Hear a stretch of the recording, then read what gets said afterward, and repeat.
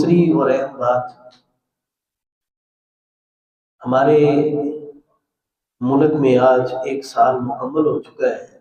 بنیان مرصوص کو، جو اللہ تعالیٰ قرآن مجید کے اندر فرماتے ہیں ان اللہ یحب الذین یقاتلون فی سبیلہ صفا کانہم بنیان مرصوص۔ جو بنیان مرصوص ہم نے انڈیا کے ساتھ جنگ کی تھی، اس میں اللہ تعالیٰ نے ہمیں فتح عطا کی تھی، اور ہم سب اللہ تعالیٰ سے یہ دعا کرتے ہیں کہ اللہ ہمارے ملک کی حفاظت فرمائے، اللہ ہمیں جس قدر ہو سکے اپنے ملک کے دفاع کے اندر ہم جتنا اپنا کردار ادا کر سکے وہ ضرور ادا کرنا چاہیے۔ اللہ ہماری افواج کو، ہماری سرحدوں کو، جس اللہ نے ہمارے اوپر ان کو معمور کیا ہے، اللہ ان کی حفاظت فرمائے۔ حدیث مبارکہ ہے،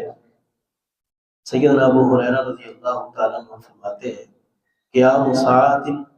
فی الصف للقتال فی سبیل اللہ خیر من قیام 60 سنۃ۔ وہ لوگ جو ایک گھڑی دشمن کے مد مقابل صف میں کھڑے ہو کے لڑتے ہیں، اور وہ انسان جو قیام میں 60 سال گزارتا ہے، وہ ایک گھڑی کھڑا ہونا وہ سب سے زیادہ بہتر ہے۔ لیکن آج ہمارے ملک میں جہاد کے موضوعات کو مکمل طور پر بیان ہی نہیں کیا جاتا،